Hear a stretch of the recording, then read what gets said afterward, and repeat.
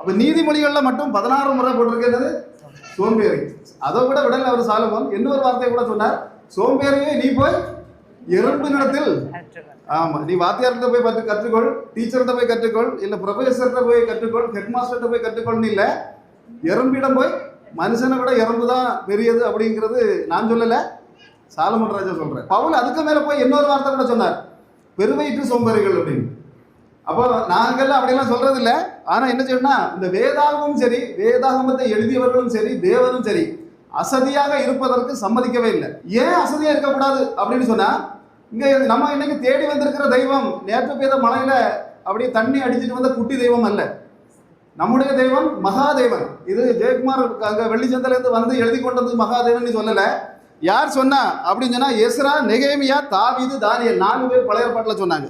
பவுலும் யோவானும் சொன்னாங்க. இப்படி 6 பேர் சொன்னாங்க. யார்? இயேசு யாரு?